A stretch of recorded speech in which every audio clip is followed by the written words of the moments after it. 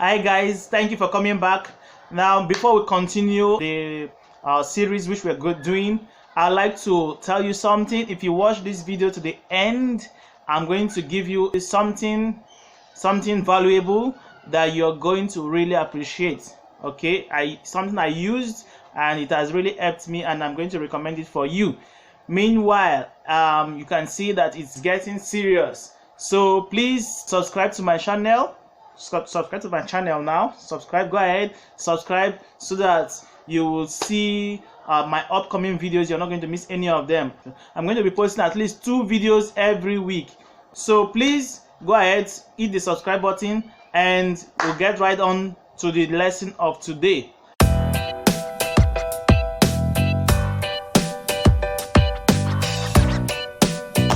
I'm so excited. We have passed 3 out of 7 of the mistakes I made in my first business. Now we're in the 4th one. Okay, so as a recap, the first mistake I made was employing the wrong persons. I did not know the right way to employ. The second one was I lacked experience in my business because I've never run a business before. It was my first time. And the third mistake I made was lacking excess money. I did not have enough money to start. I thought I was ready, but I did not know that I was not ready for that business. I should have gone for something lower to start with. Now, the fourth mistake I made was that I was eating from my business. I was eating from my business. That is wrong. Okay, now let's go back to the cause of the problem. In the third example, the third mistake which I made, I said do not put all your money in your business. It is not very safe. You should have backup money.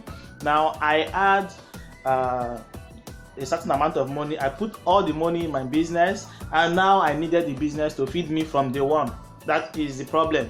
Okay, so you should avoid depending on the business at the initial time. Do not take from the revenue, from the income as it's entering your collect, as it's entering. It will never get full.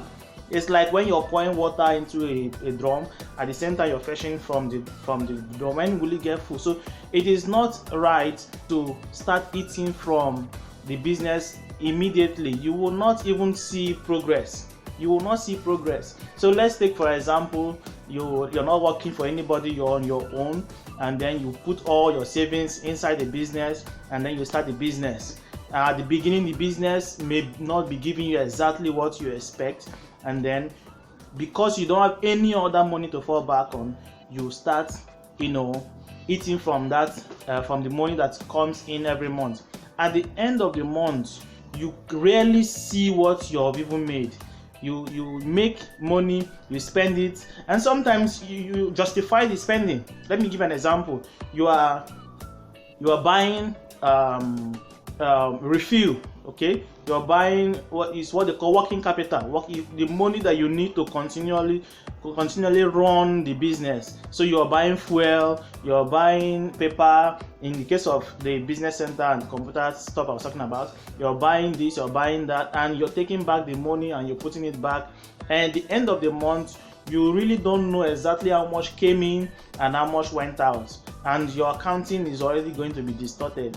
Okay, so as much as possible, plan from the beginning such that every money that is coming in will not be touched. Okay, I'll give you an example. There was this man that set up a school, a very big school, and he had another business which he was running before he started the school. What he did, I would recommend, is a very good thing. What he did, the first 6 months, he did not touch any money that came into the business. This is school. Okay, so like what I'm saying, when I say first 6 months, it's more or less like first 2 terms, first term, second term. He did not touch any money that came into the school. So he started the school without any money from the school, right? He got the money elsewhere. So from elsewhere, he continuously funded the school for 2 terms while gathering the revenue that was coming into the school. Now it helps you to make proper accounting when you're not touching your money. When I'm talking, I mean even salary was not paid from the money that was coming in. Any money that is coming in is recorded. Any money that is coming in is recorded. And any money that you put back into the business from outside, you also record it. At the end of the month, you will be able to know exactly how much you need per month and exactly how much you made per month. So, but if you are always putting and bringing back, it's difficult to know exactly how much. You can, it's possible to know, but it's more difficult. And what is worse is when at the end of the day, for example, you realize that you made 100,000 naira for the month, but you are seeing less than that. You're seeing 20,000, you're seeing 15,000, or let's say 45,000. But what you recorded as revenue is 100,000 naira. It's not encouraging, because by the time you now pay 2 salaries, money is finished. You might still end up getting money from outside to complete your salary for your staff. At the end of the day, you are already discouraged. But if you're seeing money somewhere in a bank that is piling up, it encourages you, and you also know exactly how much is entering. Take for example, you put in you started the business. At the end of the first month, you made 100,000 naira, but at the end of the first month, the amount you spent to run the business plus all other bills, rent, if you divide your yearly rent per month and every other thing that you're going to cost, by the time you sum everything, you find out that you're spending around 150,000 naira per month. Now, it is okay. It means that you need to get 150,000 naira outside the business to fund the running of the business, but you should not touch the 100,000 naira. It means that you are losing 50,000 naira already. Okay, we're not even talking about salaries, profit. You're already losing 50,000 naira already. It's okay for the first month. You do the same thing. Now you think in your mind, what do I do to increase this money from 100,000? What do I do to reduce the expenses from 150,000? You find a way to make them to meet at a point. So you're beginning to think wisely. If you're spending on things that are not necessary, you start to cut costs. Okay, most people make the mistake of, I have spent, I got only 100,000 naira this month, but what I need is more than 150,000, and that means I need to increase my marketing. It's not the perfect solution. Sometimes you should also look inwards. What am I doing that is making me to spend so much? Am I getting more staff than I need? Like in my case, I had one secretary that I really did not need. In fact, what I needed was 2 computer operators, right? 2 computer operators that are smart, so that one can double as a secretary, maybe, because the secretarial duties were not regular. It's just once in a while, and when that comes, the smart one can just do the needful. That's what I should have done, but I know the secretary will have more pay than the computer operator, especially the one that was not even a graduate. So what you could do, you could look at how you're spending your money. Are you spending your money on things that are not really needed at that time? I'll give you another example. You will notice that I'm always wearing red shirts.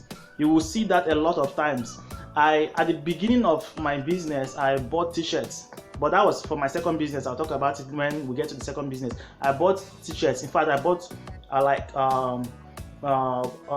up to 20 shirts, okay, for my staff, which I never used. So there were so many things that you spend money on that you may not need, but by the time you start seeing your account, you will be able to reconcile them and then reduce the expenses. You reduce the expenses so that your income and your expenses become closer, up to the point where you can now say, okay, now I should do more marketing to increase my revenue. You should not rush to increase revenue, because you might also end up increasing expenses, and you find yourself just doing a lot of rat race. Okay, so that was the mistake I made, and I would recommend that you should try as much as possible not to touch your money initially. If you have a baby that is, say, you give birth to a newborn baby, you don't expect that baby to start washing plates overnight, to start helping you out with things. You give the baby some time to grow up. You expect the child to grow up to a certain age before you say, okay, do this. Then it gets to a point where you now say, you now expect the child to give you money to give you monthly allowances, right? So you give your business that same leverage, that same time. Just space it. In the case of the business, at least 6 months. Okay, at least 6 months. Don't touch it. It will encourage, when you see the money piling up in your bank, it encourages you to continue. But when you are spending it, a time will come when your mindset, you start feeling like, what am I doing? I'm not doing anything. Okay, so that is, you see, the reason why the previous lesson was very important. It is necessary that you do not depend on the business to survive. It's either you're doing something else as maybe a main job that you're doing, and then this is your side hustle, or you have a kind of savings that is in excess. Okay, that is in essence, so that at the end of the day, you know that, okay, in the next 6 months I'll be able to manage my business, pay my rent, pay my salary, pay my running cost for the next 6 months before I start expecting the business to stabilize and then return money back to me. Okay, so thank you very much, and we'll end there for now. In our next video, we'll talk about the fifth mistake I made in my business. Don't forget the point I made in this one. The mistake I made was eating from my business at the beginning. I'm not saying that it's wrong, but you know that you're supposed to give it time. That is not the time. And the right way to eat from your business is not to how much is in the account you collect. No, you're supposed to structure your business in such a way that you that is working, you are also paid salary. You're supposed to have your own salary. Then it is from your salary that you feed yourself, not from because you are the CEO, the all and all, how much is in the account that you give me, you go and spend. No, that is not the right way to eat from your business. Okay, if you're still here, thank you very much. I'm so excited. You have done very well. Thank you for coming to my channel again and again. I really appreciate you. You are giving me joy by continually watching my video. Now, I told you about how you should not invest all your money. You should not put all your money in the business. It's not very advisable. But it is not also advisable for you to put all your money in the bank, because nowadays savings account is not savings account. You know it's not savings account, because every month they keep deducting these charges, that charge, and all that from your account. So I'm recommending a particular app. I joined an organization, and last year in one of our summits they introduced this app to us. It's called Cowrywise. This app is very wonderful. The first time I did not take it seriously. I left it for a very long time, and January 2020, just before the pandemic, I just said New Year's resolution, let me just start using it. And you will not believe it, within 6 months I was able to save 160,000 naira, and this was during the pandemic when I was not even getting any income whatsoever. And you will not believe, it has really helped me. In fact, some of the things I used for my to get the things I'm using on my YouTube now, some of the things I bought for my YouTube channel, it was from the money that I was able to save. Now, the beautiful thing about the Cowrywise app is that it does not only save your money for you. They don't take any of these withdrawals charges. No, they don't. Instead, they give you interest. They can give you 6 to 10% interest. So I guarantee that it is going to, do a lot of good if you start saving. So instead of putting your money in the bank, go ahead and put your money in that place. Put your money in the app, and by the time you're ready to take it, it will have added 1 or 2 little interest for you instead of taking charges. I'll give you an example. There are 2 ways it will be important to you. One way is that it's going to, suppose you had that plan, just like that man that had a school and was not touching his money. Instead of putting your money as it's coming, instead of putting the money inside of your bank account, I will recommend that you put the money in this app. Okay, and by the time it's 3 months, 6 months, these are the intervals. You can save for 3 months, 6 months, 1 year, and up to 3 years or so. So instead of keeping it in your bank, you can put it there, and in 6 months time you take it from there, and you will ensure that the money will not depreciate in value, instead it will appreciate in value. And also it is used for target savings. This app is used for target savings. So if you want to buy a car, you want to get married, you want to save for your house rent, this is the perfect place to save for your house rent. Okay, it's not advisable to invest all your money. Invest some, keep some, but the one you're keeping, please don't keep in your bank account. Put it in this app. There are other apps, but this is the only one that I'm going to recommend. And also they are insured. They are insured, so your money is safe. At least I've used it personally and I'm still using it up till now, and I really recommend it. I'll put the link in the description. The name of the app is Cowrywise. I'll put the link in the description below.